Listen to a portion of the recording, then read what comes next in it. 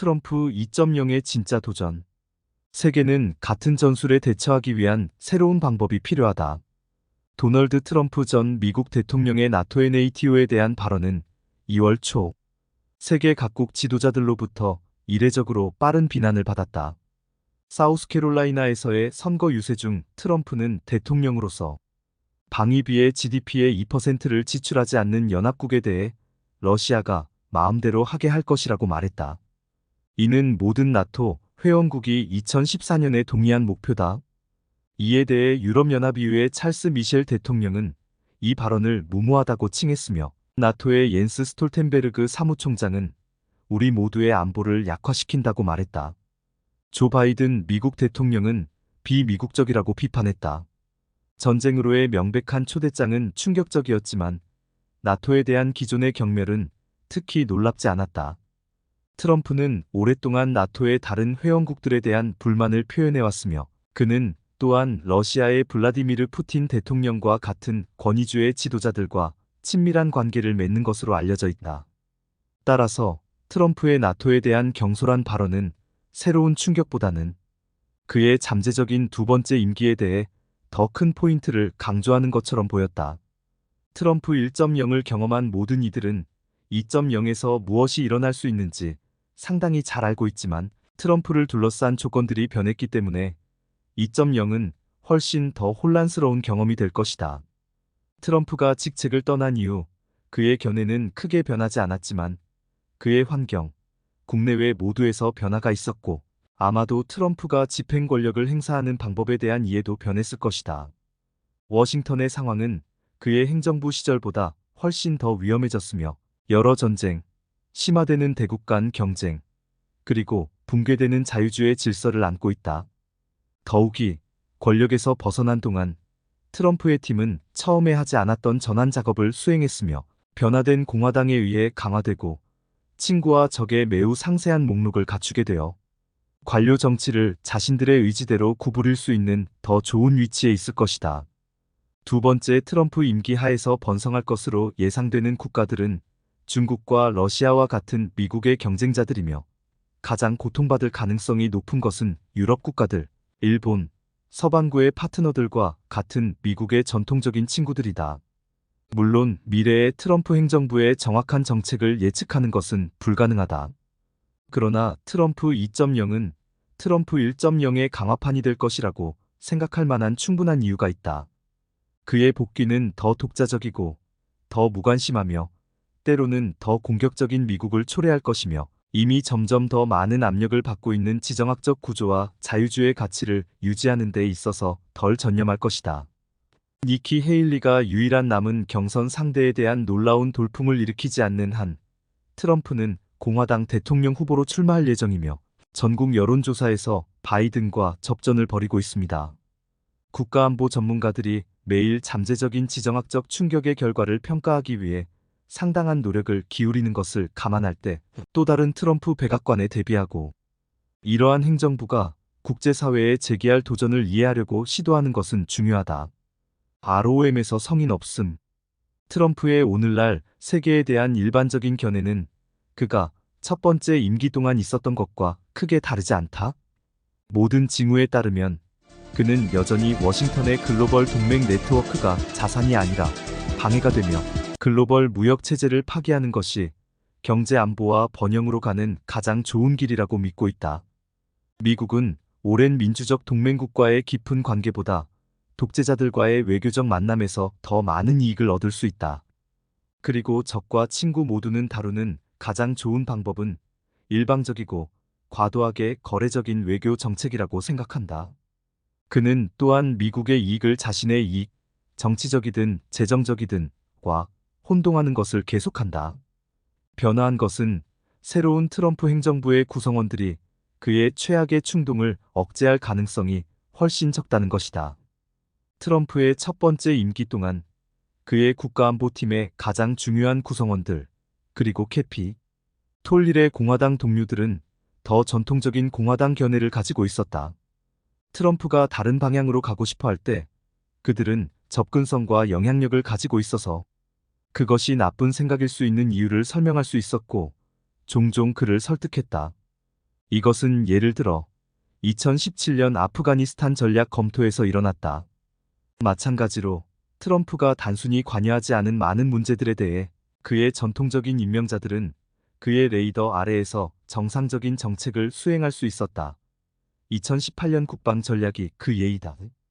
마지막으로 느린 진행과 우회 및 기타 정상적인 관료적 장난을 사용하여 결정된 트럼프식 정책. 화려함을 방해하는 몇 안 되는 영역에서 관료제의 모든 수준에서 진정한 MAGA 전사들의 부족은 트럼프가 그의 기분을 충족시키기 어렵게 만들었다. 이번에는 그런 안전장치가 있을지 확실하지 않다. 트럼프는 이미 관료들을 재분류하여 그들에게 민간 서비스 보호를 거부하고 대량 해고가 가능하도록 만드는 계획을 개발했다. 그의 동맹들은 대통령의 권한을 사용하여 MAGA 성향을 충분히 보이지 않는 군대 구성원들을 추적할 것을 논의하고 있다. 트럼프는 확실히 헌법에 대한 충성을 트럼프에 대한 개인적 충성보다 우선시했던 은퇴한 장군들인 짐 매티스와 존 켈리와 같은 고위 관리들을 임명하는 첫 번째 임기의 실수를 반복하지 않을 것이다. 그리고 첫 번째 행정부에서 봉사했던 많은 MAGA 충성파들은 이제 그들을 좌절시켰던 관료제에 대한 더 나은 이해를 가지고 있으며 권력을 되찾으면 더 급진적인 변화를 시행할 수 있는 더 나은 위치에 있을 것이다. 이론적으로 의회는 여전히 파괴적인 대통령을 제안할 수 있다. 민주당이 상원의 통제권을 유지하거나 하원의 통제권을 되찾을 수 있다면 그들은 집행부가 할 수 있거나 할 수 없는 것을 지시하기 위해 지갑의 힘을 사용할 수 있을 것이다. 그러나 이러한 입법 도구는 보이는 것보다 약하다. 예를 들어 의회는 대통령이 나토에서 공식적으로 탈퇴하는 것을 더 어렵게 만드는 법을 통과시켰다. 그러나 이 법은 헌법적으로 의심스럽다. 그리고 러시아가 그들을 공격한다면 국가들을 방어하지 않겠다고 크게 주장하거나 나토에 배치된 미국 군대의 수를 제로로 줄이는 등의 정책으로 단순히 그러한 동맹을 정책적으로 부인하는 대통령은 공식적인 미국의 철수 없이도 동맹을 효과적으로 약화시킬 수 있다.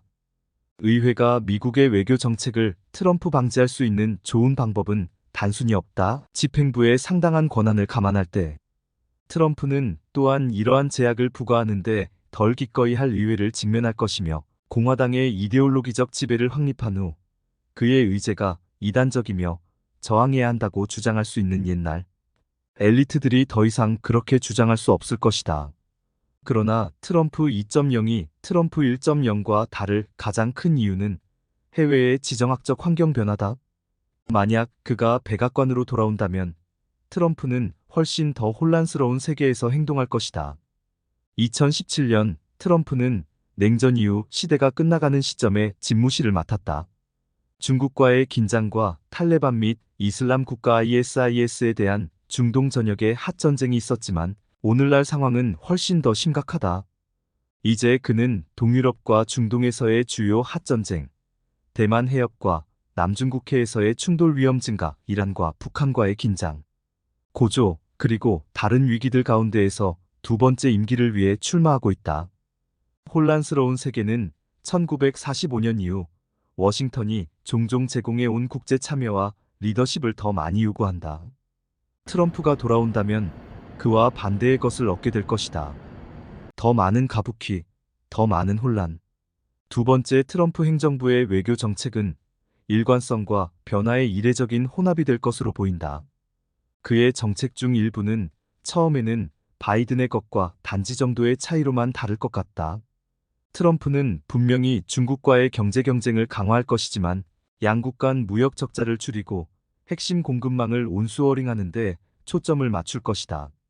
그는 미국의 방위 지출을 높이는 레이건식 힘을 통한 평화의제를 발표할 수도 있으며 이 목표는 우크라이나에 대한 원조가 현재 공화당 내에서 국제주의자들과 신고립주의자들을 분열시키는 것처럼 민주당 내에서 매파와 비둘기파를 분열시킬 수 있다.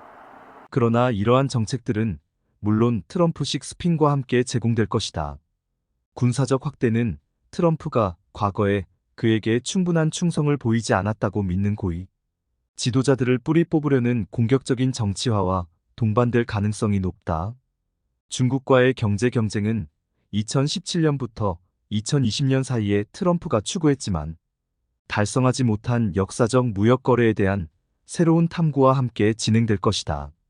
그리고 많은 적들과의 거래에서 트럼프는 다시 한번 가부키 경쟁 전략으로 돌아갈 것이다.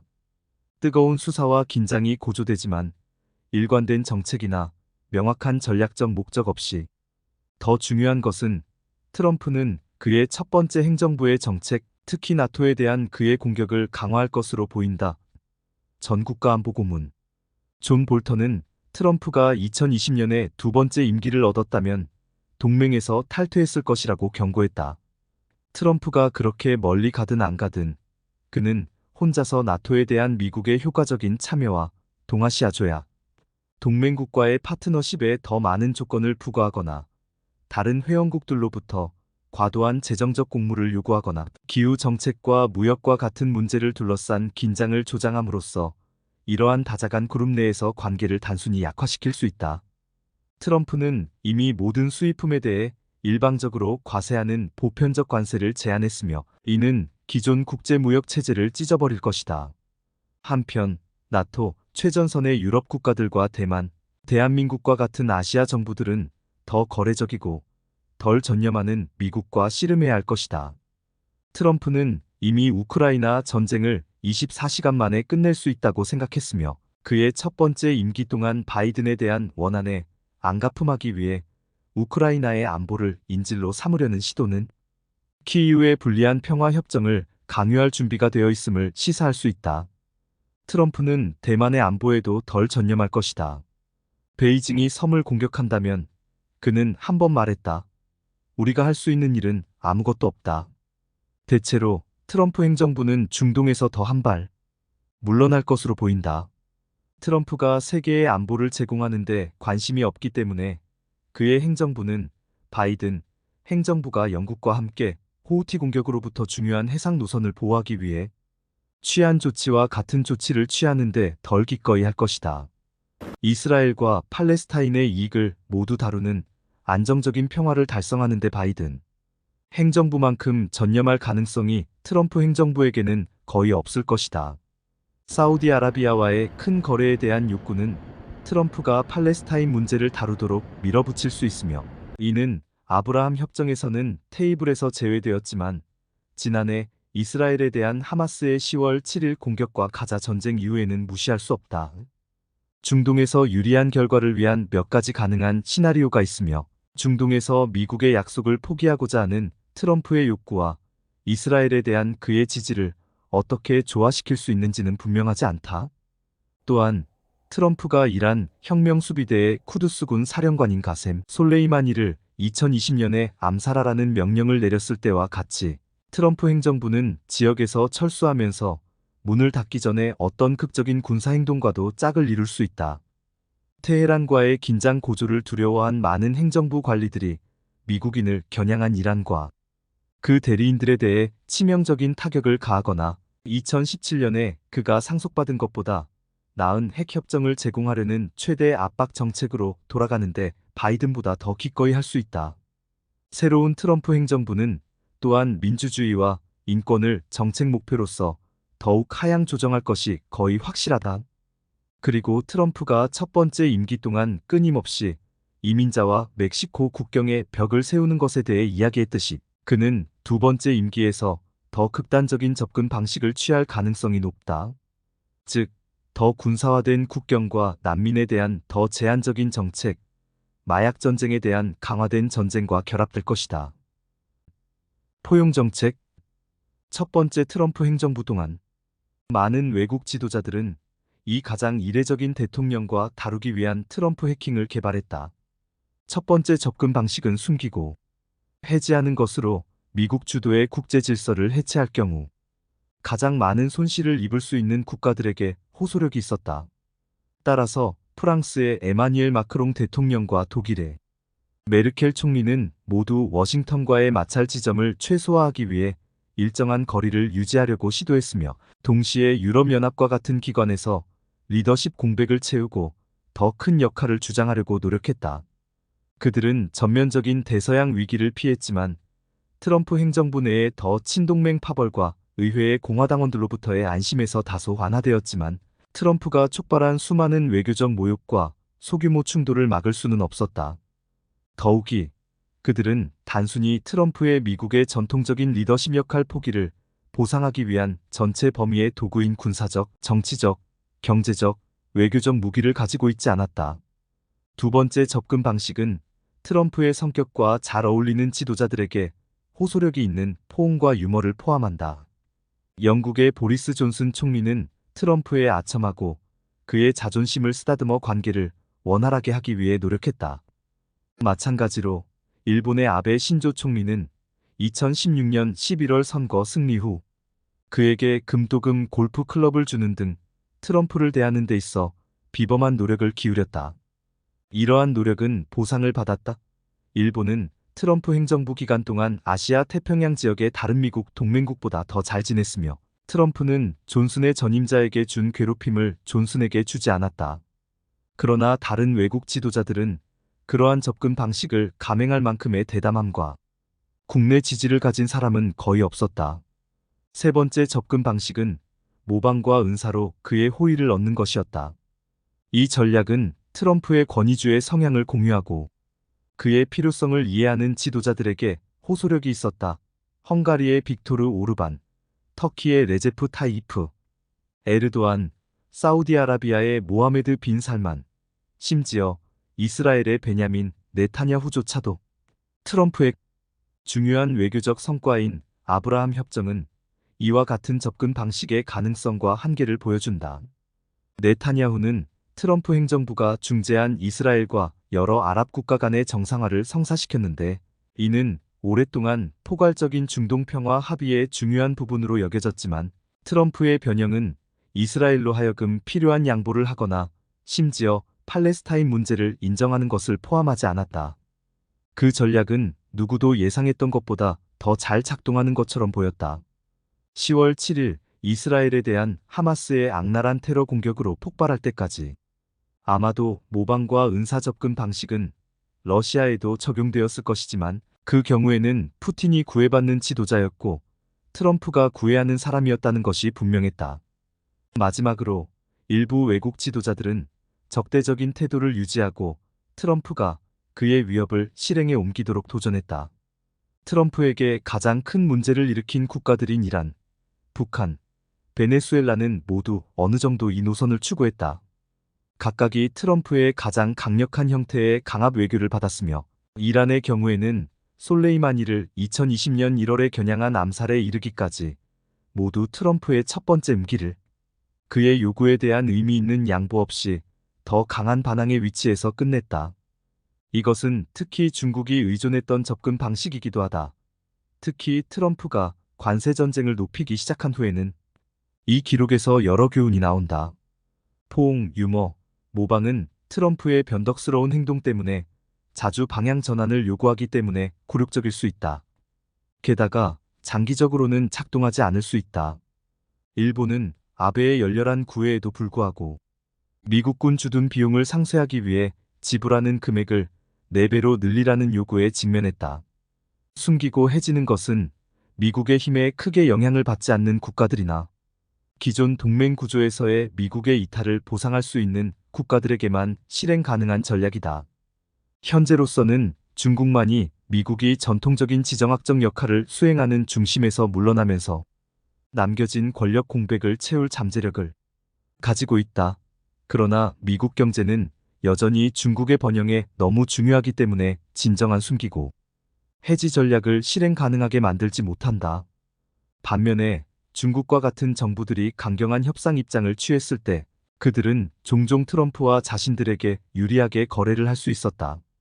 이는 트럼프가 거래를 너무 간절히 원해서 자신의 협상력을 약화시켰기 때문이다. 2020년 초에 트럼프가 중국과 마무리하려고 애쓰던 협정은 대두 수출의 단기적 증가 이외에는 거의 이익을 제공하지 않았다. 마지막으로 트럼프에게 공개적으로 반대한 지도자들은 많은 긴장을 겪었지만 보통 자신들의 이익을 그대로 유지했다. 이것은 특히 자유주의 국제 질서를 트럼프와 같이 경멸하는 국가들에게 해당된다. 심지어 테러리스트 그룹 ISIS조차도 강경한 태도에서 긍정적인 결과를 보았다. 트럼프는 결정적인 승리를 거두기 전에 반 ISIS 싸움을 갑자기 끝냈다. 5야드 라인에서 공을 차는 것과 동등하다. 실패 피하기. 미국의 동맹국들에게 그의 두 번째 임기 동안 트럼프와 대처하기가 첫 번째 임기보다 훨씬 더 어려울 많은 이유가 있다. 우선 트럼프가 미국 리더십의 전통적인 패턴에서 이탈한 것이라고 주장하기가 훨씬 더 어려울 것이다. 동시에 대부분의 자유주의 민주동맹국은 트럼프를 따르기 위해 나쁜, 그러나 긴급한 은사를 둘러싼 좋은 정책을 받아들이기가 매우 불쾌할 것이다. 핵심 직위에서 더 적은 전통적인 공화당원이 봉사할 것이기 때문에 외국 정부는 트럼프의 반동맹 충동을 완화하는 데 도움이 될 수 있는 행정부 내의 옹호자와 파트너가 거의 없을 것이다. 그 결과 많은 자유주의 동맹국들은 미국의 힘이 뒷받침하지 않는 오래된 규칙 기반 국제체제의 이점을 가능한 한만이 보존하려고 애쓸 것이다. 결과적으로 두 번째 트럼프 대통령직은 지역화를 심화시킬 수 있으며, 예를 들어 일본과 호주 또는 영국과 동유럽 국가들 간의 더 큰 협력을 포함할 수 있지만 미국이 외교적이고 군사적 연결고리가 되지 않을 것이다. 프랑스와 독일의 전망은 이전보다 나아지지 않았음에도 불구하고 마크롱의 유럽 주도의 안보 시스템 비전의 어떤 버전을 되살리려고 시도할 수 있다.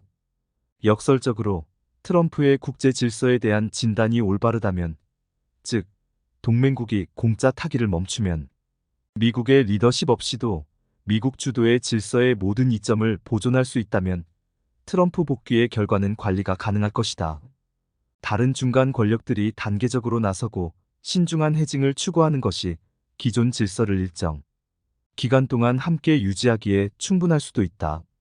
그러나 트럼프 주도의 미국 철수는 빠르게 대혼란으로 이어질 수 있으며 거의 80년 동안 상대적인 글로벌 번영과 대국 간 충돌 없이 제공된 질서의 붕괴로 이어질 수 있다. 많은 것은 중국과 러시아와 같은 전통적인 적들이 얼마나 많은 이점을 추구하려고 하고 얼마나 빠르게 움직이려고 하는지에 달려 있다. 첫 번째 트럼프 행정부와 마찬가지로 두 번째 행정부의 가장 큰 수혜자는 미국의 적들일 가능성이 높다. 왜냐하면 그들은 기존 질서를 방해할 수 있는 새로운 기회의 호스트를 제공받을 것이기 때문이다. 중국은 트럼프가 대만을 방어하는 데 관심이 없다는 사실을 이용하여 반항적인 성향의 정책을 신속하게 되찾으려고 할 수 있다. 중국 지도자 시진핑은 트럼프가 나중에 중국에게 이익이 될 수 있는 방식으로 미국의 아시아 동맹을 소각하는 것을 지켜보기만 할 수도 있다. 푸틴은 우크라이나에 대한 트럼프의 제한된 평화 거래에 동참하여 서방이 우크라이나의 손실에 대한 그의 이득을 정당화하도록 할 것이다. 그는 또한 트럼프가 우크라이나 원조를 완전히 중단하기를 바라며 미국과 러시아의 관계를 회복하려 할 것이다.